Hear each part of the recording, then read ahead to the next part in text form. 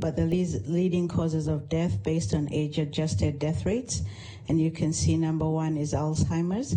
You recall that a few weeks ago we did present to you a project that we're going to start looking at how to work with people that are suffering with Alzheimer's.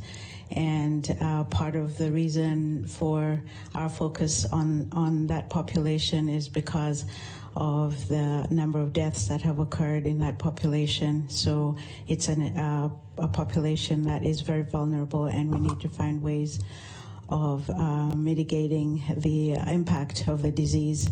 So number one is Alzheimer's. Number two is ischemic heart disease or heart attack. And number three is COVID-19. So COVID-19 has had a huge impact on our population and on the mortality. And again, as I mentioned, I will provide all of this information to you after this meeting. And with that, I think that's the end of my comment. Okay, Supervisor Frost, you had a question? Oh, just on the last slide, I was wondering if you could just put the last slide up again. It said COVID-19 deaths 55.3%. Does that include people who were diagnosed as having COVID-related death? In other words, they had multiple comorbidities, but COVID was also related.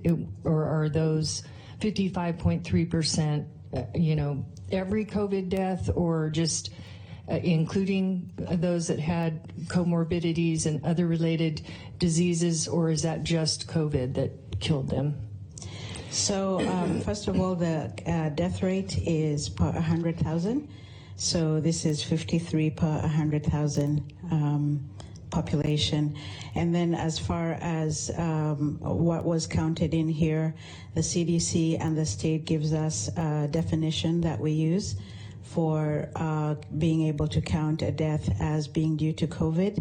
And it is dependent on the death certificate and the complications that are presented. We do know for sure that people that have comorbidities such as diabetes, hypertension, and obesity and also chronic lung disease and heart disease were at higher risk of contracting COVID and getting complications, and at a higher risk of death.